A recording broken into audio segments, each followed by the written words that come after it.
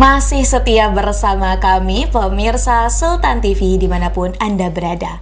Masih dibincang hari ini tentunya dengan narasumber kita yang akan membahas terkait dengan sengketa lahan. Nah, kalau tadi kita sudah dengar dari Pak Rahmat nih terkait dengan kronologisnya memang seperti apa sih Pak kisru-kisru yang memang pada tanggal 31 Januari lalu terjadi. Nah, untuk selanjutnya nih Pak, pada pertengahan 2022 lalu terjadi demo di KP3B nih yang dikawal bersama oleh kawan-kawan GMNI. Apa tuntutan dan hasil dari demonstrasi tersebut, Pak? Baik, pada saat kita melakukan demo bersama teman-teman mahasiswa pada saat itu memang kami menuntut tuntutannya itu hanya dua, Bu. Pada saat itu kalau tidak salah menuntut agar proses PT Bantam ini segera diselesaikan kepada bukan Pemprov Banten ya, BPN Kanwil lah. Pada saat itu kami menuntut agar sesegera mungkin proses penyelesaian sengketa lahan ini segera diselesaikan. Itu satu. Terus yang kedua, memang agak ekstrim juga pada saat itu. Ya kami kalau memang pada saat itu Pak Kanwil tidak bisa menyelesaikan persoalan ini, maka mundurlah Pak Kanwil pada saat itu kalau memang tidak bisa. Karena jangan hanya janji-janji saja. Ya, betul. Mundurlah kalau pada saat itu. Mungkin kita tuntutannya agak ekstrim sedikit lah. Jadi ada dua tuntutan ya Pak ya yang diberikan terkait dengan bagaimana keputusan dari kisruh yang sebelumnya, dan juga kalau semisal Kanwilnya memang tidak bisa dengan janji-janji saja, ya lebih baik mundur lah kayak gitu. Karena toh masyarakat ini kadang memang tidak butuh janji-janji ya Pak ya, agar masyarakat pun tidak dihantui berbagai ketakutan yang lain-lain. Nah kemudian nih Pak, apakah Pemprov tersebut menjelaskan motif dan alasan dibalik keputusan pemerintah terkait pengambilan lahan? Sampai dengan hari ini saya belum ada, Bu. Masih belum ada. Belum ya, ada, Pak, ya? Belum ada, baik itu secara legalitas tertulis ataupun secara kita membahas di rapat-rapat itu belum pernah tersinggung sama sekali. Tidak ada, Bu. Jadi hasil rapatnya itu ya sebenarnya nggak banyak ya Pak ya, dan tentu tidak memuaskan bagi masyarakat. Betul. Kemudian nih Pak ya, kalau kita bilang tadi itu dari sisi pemerintahnya, kemudian kita bergeser kepada sisi masyarakatnya. Tentu ladang tersebut sebagai sumber mata pencaharian ya Pak ya. Apa sih Pak dampak sosial dan juga ekonomi yang dirasakan oleh masyarakat terkait dengan sengketa lahan tersebut? Nah, ini menarik nih Bu ya. Oke. Memang betul Bu ya. Di wilayah di situ memang sebelumnya Bu ya, sebelum HGU berakhir, memang kehidupan masyarakatnya, mohon maaf Bu ya, ya mungkin kayak saya bilang dari di bawah kemiskinan itu benar-benar sama rata miskin di situ. Jadi saya pada saat tahun 2007 dan 2009 terpanggil Bu. Ini kalau bahasa saya mah ini lahan sudah tidak lagi dikelola oleh pemilik HGU. Makanya masyarakat yang belum punya lahan, makanya ayo kita bareng-bareng kita garap agar menambah penghasilan untuk kehidupan mereka.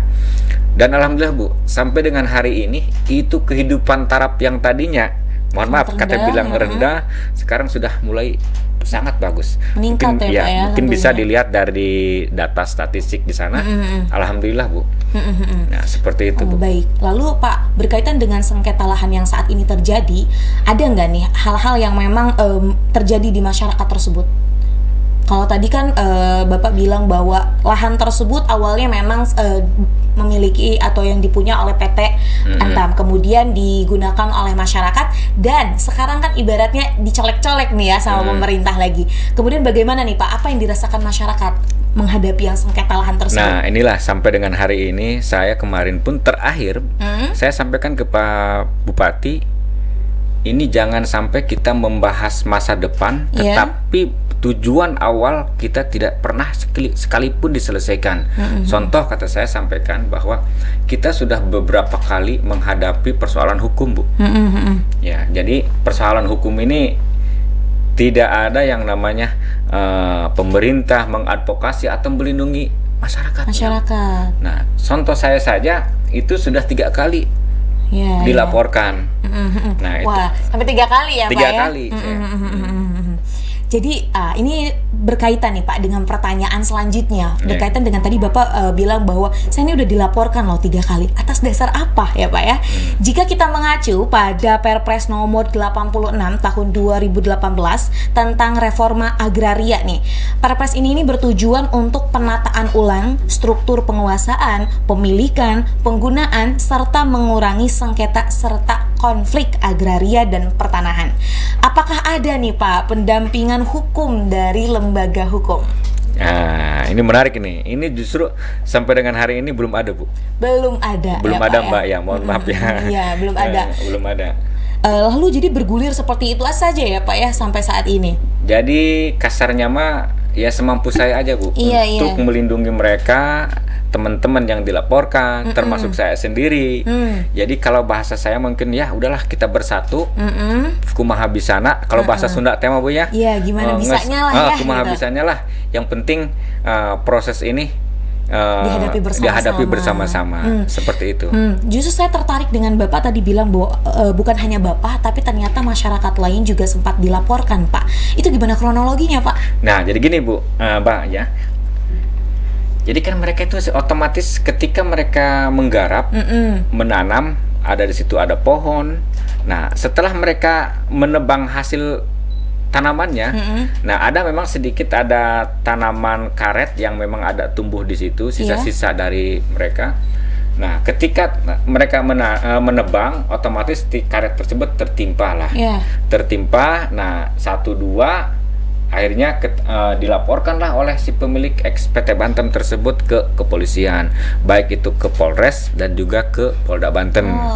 Justru yang jadi pertanyaan buat saya Pak ya, itu kan PT Bantennya ya sudah selesai kontraknya di tahun 2002, tapi kenapa masih bisa ibaratnya membawa kasus tersebut lah ya dibawa ke hukum gitu Pak masyarakat? Nah, ini pertanyaan ini sering saya sampaikan, sering saya sampaikan ke Polres Lebak juga, dan juga ke Polda Banten. Kenapa sih? Apakah mereka masih punya hak ketika HGU itu berakhir? Nah, sementara sudah jelas dibuka nanti di, saya sampaikan ke Pak Polisi pada itu, coba buka di Permen ATR di poin 8182 itu sudah sangat jelas sekali di situ. Itu bunyinya kalau tidak salah, HGU berakhir, tanah, bangunan beserta tanaman yang tumbuh di atasnya dikuasai oleh negara. Artinya ketika HGU itu berakhir tahun 2002, si pemegangnya sudah tidak ada haknya, baik itu tanaman ataupun apalagi tanah atau bangunan, tidak ada hak selama proses tanah itu belum ada kejelasan yang valid. Nah, itu jelas-jelas ada di Permen ATR seperti itu. Iya, sudah ada keputusannya sebenarnya bahwa lahan tersebut tentunya kembali menjadi milik pemerintah ya Pak ya. Namun tadi kok bisa ya Pak ya? Kalau Bapak sendiri dilaporkannya atas apa Pak? Nah, sama seperti itu Bu. Jadi begini Bu, Mbak ya, ketika ada masyarakat anggota saya melakukan seperti itu, tentunya yang ditanya adalah ketuanya Bu. Jadi otomatis lah, oke, nggak apa-apa, Bapak tidur nyenyak, nggak usah, itu mau kembalikan ke saya. Dan saya siap bertanggung jawab menghadapi mereka. Jadi masih sebenarnya kisru-kisru ini diakibatkan karena belum adanya kejelasan ya Pak ya. Kalau ini sih saya mendengar dari kronologi yang Bapak sampaikan, belum adanya kejelasan dari pemerintah ya. Dan juga sebenarnya tadi masyarakat pun menunggu hasilnya itu seperti apa. Toh kalau memang sudah diputuskan seperti itu, masyarakat pun akan mengikuti Pak ya. Nah, sampai saat ini justru belum ada ya Pak ya. Nah, bisa disampaikan nih Pak, kira-kira harapan Bapak nih terkait dengan yang kisruh-kisruh terjadi ini? Kalau harapan saya dari dulu satu Bu, segera selesaikan itu satu ya. Karena apapun yang sudah kita lakukan bersama teman-teman dari BPN, jangan sampai menjadi PHP saja kepada kami. Karena dasar daripada pemetaan itu kan di situ ada Bu, dasarnya harus ada IP 4T. IP 4 itu adalah inventarisasi penguasaan pemanfaatan atas tanah Pak, seperti itu. Itu sudah jelas. Lahan yang kurang lebih 600 hektar di wilayah Blok 1 ini, itu semuanya sudah dikuasai oleh masyarakat. Jadi penguasaannya sudah sangat jelas.